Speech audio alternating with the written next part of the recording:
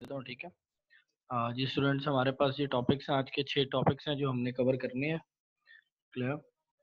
Number 1 है हमारे पास review करना है हमने एडजस्टेड ट्रायल बैलेंस को।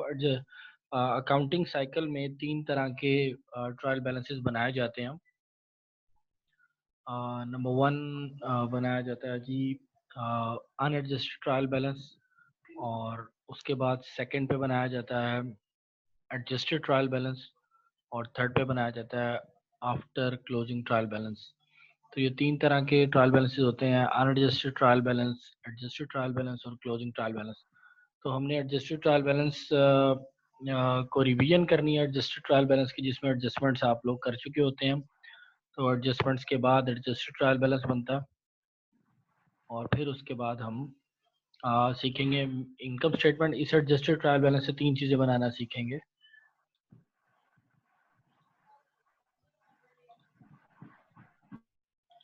जी, एडजस्टेड ट्रायल बैलेंस से हम 3 चीज़ें बनाना सीखेंगे। इस नंबर 1 इनकम स्टेटमेंट बनाना सीखेंगे, सेकंड नंबर पे रिटेन्ड अर्निंग्स स्टेटमेंट बनाना सीखेंगे, और थर्ड पे हम बैलेंस शीट बनाना सीखेंगे। ये 3 स्टेटमेंट जो हैं ये हम बनाना सीखेंगे एडजस्टेड ट्रायल बैलेंस से। आज का 5वां टॉपिक जो होगा वो हमारा क्लोजिंग एंट्रीज को समझना। 4 टाइप्स की आपकी क्लोजिंग एंट्रीज होती हैं, 4 टाइप्स की वो समझेंगे। और ये फिर क्लोजिंग एंट्रीज को करने के बाद ट्रायल बैलेंस दोबारा से कैसे बनाया जाता है उसको कहते हैं आफ्टर क्लोजिंग ट्रायल बैलेंस, और ये भी बनाना सीखेंगे।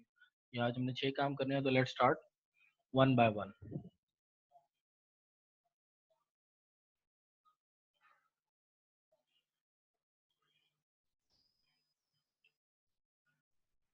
जी स्टूडेंट्स, हमारे पास ये एडजस्टेड ट्रायल बैलेंस बना हुआ आ रहा है। ओवरनाइट ऑटो सर्विस कंपनी का नेम है, एडजस्टेड ट्रायल बैलेंस है, और ये बना है दिसंबर 31 2011 को, ठीक है। अच्छा, इसमें जो इम्पोर्टेंट 3 चीज़ें हैं समझने वाली, एडजस्टेड ट्रायल बैलेंस में 3 चीज़ें कौन सी होती हैं, ठीक है। नंबर 1 तो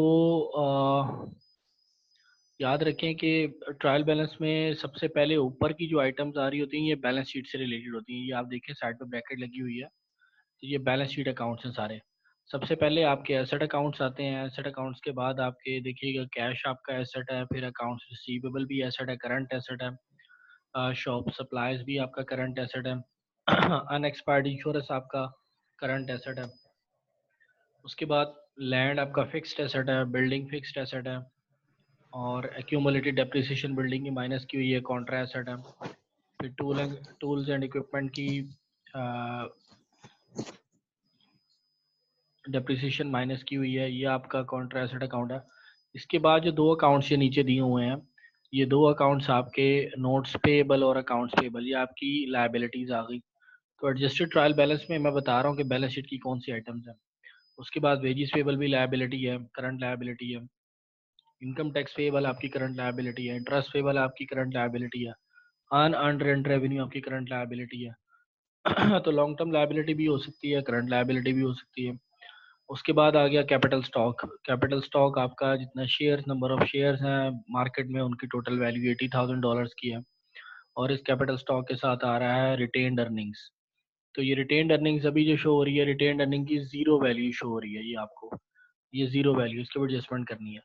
तो यहाँ तक रिटेन्ड अर्निंग्स तक की सारी आइटम्स ये आपकी किस में आती हैं, बैलेंस शीट में आती है। यहाँ पे मेंशन है ये बैलेंस शीट अकाउंट्स, तो ये सारे के सारे बैलेंस शीट अकाउंट्स हैं। तो बैलेंस शीट अकाउंट्स में क्या आ गया, पहले एसेट्स आ गए, फिर लायबिलिटीज आ गई, और capital stock and retained earnings हमारे पास आ चुकी हैं, ठीक है। तो हमारे पास ओपनिंग रिटेन्ड अर्निंग कोई नहीं थी, इसलिए यहाँ पे 0 शो हो रहा है, ठीक है। अगर कोई रिटेन्ड अर्निंग पिछले साल की ओपनिंग शो होती तो यहाँ पे रिटेन्ड अर्निंग उसकी वैल्यू आ जानी थी, सही है। अच्छा, ये छोटी सी एक स्टेटमेंट बनती सर है। जी जी पूछिए। सर रिटेन अर्निंग से वही प्रॉफिट डिविडेंड। जी बिल्कुल, ऐसे डिविडेंड्स हम स्टॉक होल्डर्स को उनके पर शेयर पे डिवाइड करके पे करते हैं उनको, जितने जिसके पास शेयर ज़्यादा होंगे उसके पास डिविडेंड ज़्यादा चला जाएगा, सही है। ठीक है सर, ठीक अच्छा, है। तो ये स्टेटमेंट ऑफ रिटेन्ड अर्निंग्स जो है ये बनाई जाती है, एक छोटी सी स्टेटमेंट है, और इसका फार्मूला क्या होता है ये हम बाद में समझते हैं, देखते हैं। तो स्टेटमेंट ऑफ रिटेन्ड अर्निंग कैसे बनाते हैं, इसका फार्मूला डिटेल में समझेंगे। और ये एडजस्टेड ट्रायल बैलेंस का सेकंड पार्ट था। और थर्ड पार्ट है आपका एडजस्टेड ट्रायल बैलेंस का, जिसमें आपके शॉर्ट टर्म अकाउंट्स आते हैं। शॉर्ट टर्म अकाउंट्स मीन ऐसे अकाउंट जो एक साल के अंदर अंदर क्लोज होने होते हैं। ठीक है, ये अकाउंट्स कौन से हैं ये मैं हाईलाइट कर रहा हूँ यहाँ पे, ये यहाँ से लेकर एंड तक हैं, ये सारे के सारे आपके शॉर्ट टर्म अकाउंट्स हैं। इसमें डिविडेंड आ रहा है आपका, डिविडेंड भी हर ईयर इसको पे करते हैं। और ये टेम्परेरी अकाउंट्स होते हैं, याद रखिएगा। ये तमाम के तमाम अकाउंट जो मैंने हाईलाइट किए हैं जो बैलेंस शीट के अलावा हैं, इनमें मेन आते हैं डिविडेंड्स का अकाउंट। डिविडेंड्स के बाद आपके सारे रेवेन्यूज और एक्सपेंसेस, ये सारे विद इन 1 ईयर क्लोज हो जाते हैं। तो ये टेम्परेरी अकाउंट्स कहलाते हैं, क्योंकि income statement for the period of 1 year बनाई जाती है, उसके बाद वो क्लोज हो जाती है। ठीक है, तो ये देखिएगा, ये एडजस्टेड ट्रायल, ये बड़ी इंपॉर्टेंट बात है, जरा ध्यान से सुनिएगा। ये एडजस्टेड ट्रायल बैलेंस के अंदर ये जो टेम्परेरी अकाउंट्स हैं, ये जो मैंने हाईलाइट किए हुए हैं, जिसमें रेवेन्यूज, एक्सपेंसेस और डिविडेंड आ रहे हैं, ये टेम्परेरी अकाउंट क्लोज होने के बाद जब हम दोबारा ट्रायल बैलेंस बनाएंगे तो उसको हम क्लोजिंग ट्रायल बैलेंस कहते हैं। ठीक है, तो पहले हम इन अकाउंट्स को क्लोज करना सीखेंगे वन बाय वन। सही है, तो these are the temporary accounts which we will try to close in the next section। ठीक है, और पहले हम ये सीखते हैं कि ये एडजस्टेड ट्रायल बैलेंस से तीन स्टेटमेंट्स कैसे बनती हैं। पहले हमने ये सीखना है कि इस एडजस्टेड ट्रायल बैलेंस से बैलेंस शीट कैसे बनती है। सबसे पहले हम इनकम स्टेटमेंट बना लेते हैं। इनकम स्टेटमेंट का आप लोगों को फॉर्मूला पता है कि सारे रेवेन्यूज में से यहाँ पे आपके पास दो ही रेवेन्यूज आ रहे हैं सिर्फ। ये दो रेवेन्यूज हैं, 1,72,000 और 3,000।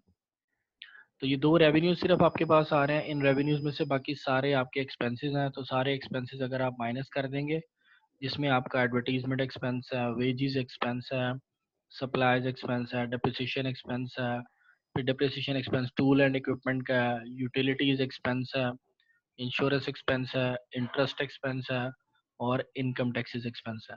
ये सारे एक्सपेंसेस माइनस करेंगे तो आपके पास प्रॉफिट आ जाएगा, नेट प्रॉफिट आ जाएगा।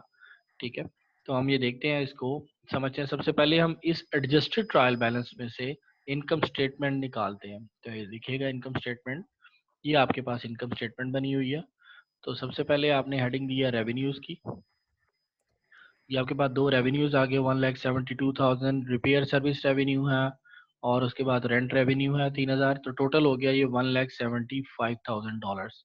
और इसमें से सारे एक्सपेंसेस आपने माइनस कर दिए। ये सारे एक्सपेंसेस माइनस करने के बाद आपके पास आ गई है इनकम बिफोर इनकम टैक्स।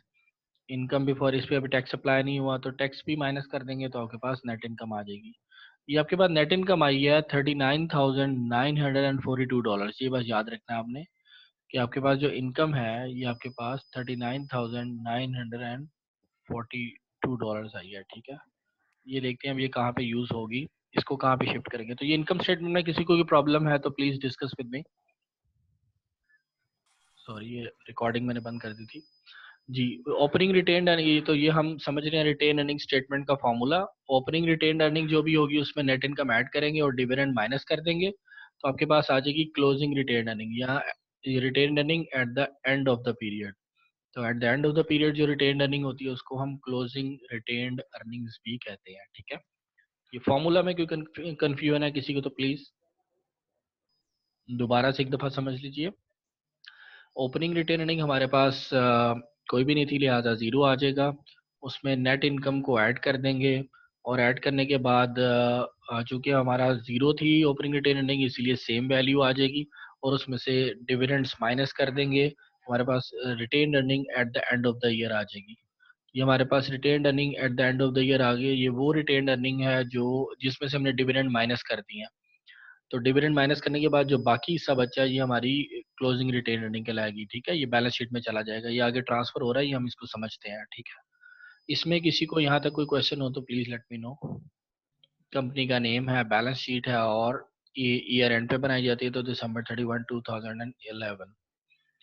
अच्छा जी, ये देखिएगा सारी बैलेंस शीट आपके पास मौजूद है। सबसे पहले आपके पास एसेट्स शो हो रहे हैं, ये सारे आपके पास एसेट्स का पहला फर्स्ट है, जिसमें आपके पास करंट एसेट्स, इस लैंड से पहले पहले आपके पास करंट एसेट्स है, जिसमें कैश करंट एसेट है, अकाउंट्स रिसीवेबल करंट एसेट है, शॉप सप्लाईज करंट एसेट है, और प्रीपेड इंश्योरेंस या अनएक्सपायर्ड इंश्योरेंस ये भी आपका करंट एसेट है।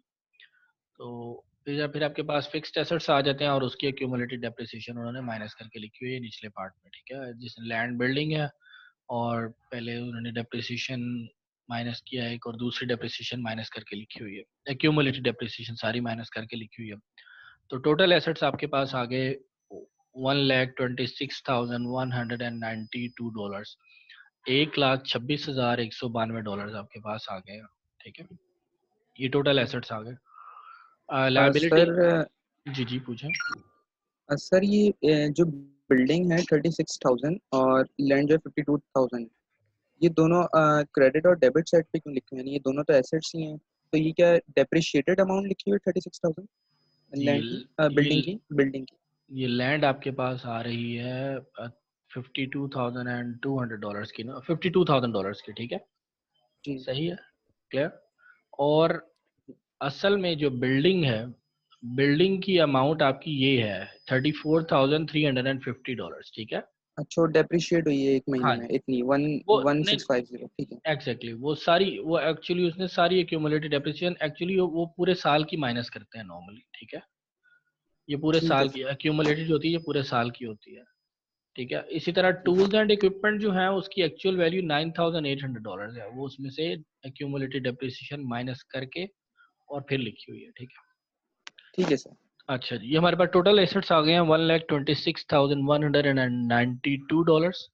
अब लायबिलिटी साइड को कवर करते हैं थोड़ा। आपके पास जो लायबिलिटीज हैं वो मुझे यहाँ पे सारी की सारी करंट लायबिलिटीज ही लग रही हैं, जिसमें नोट्स पेबल हैं, accounts payable, wages payable, income tax payable, interest payable, unearned आपकी, मैं हमने ये पढ़ चुके हैं बड़ा डिटेल में कि अनअर्न्ड आपकी लायबिलिटी होती है।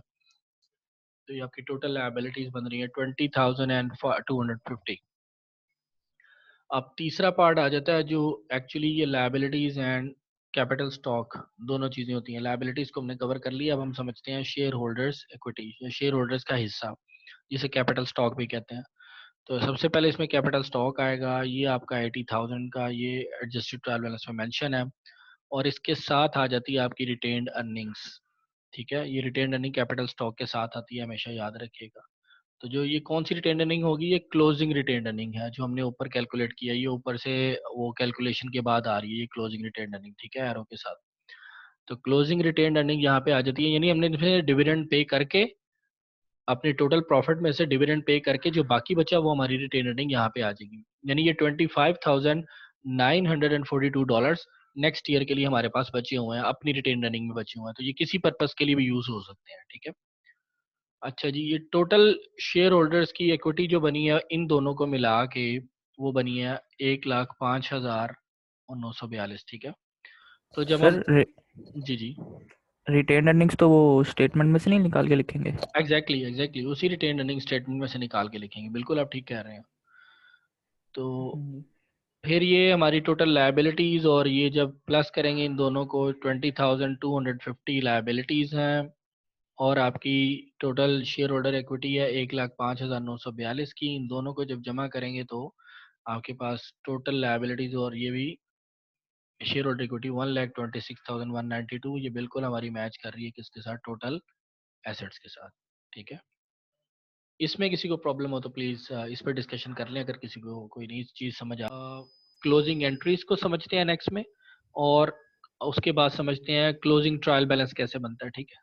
तो क्लोजिंग एंट्रीज किसकी करेंगे, वो टेम्परेरी अकाउंट्स की, ठीक है। टेम्परेरी 4 टाइप्स ऑफ अकाउंट्स होते हैं, उनको क्लोज करना सीखते हैं, और फिर उसके बाद trial balance, closing trial balance बनाते हैं। तो ये मैं मीटिंग क्लोज कर रहा हूँ, आप प्लीज दोबारा ज्वाइन कर लीजिए इसको, ठीक है, आफ्टर 2 मिनट, सही है।